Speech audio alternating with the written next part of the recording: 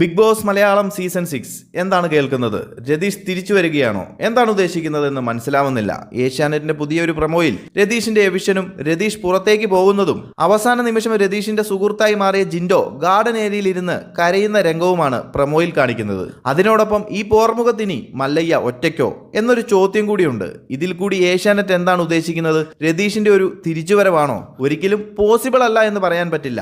ആദ്യ സീസണിൽ തന്നെ ഹിമാശങ്കറിന് അവസരം കൊടുത്തതാണ് ബിഗ് ബോസ് രണ്ടാമതും. അതുപോലെ പല സീസണുകളിലും പല സംഭവങ്ങളും ഉണ്ടായിട്ടുണ്ട്.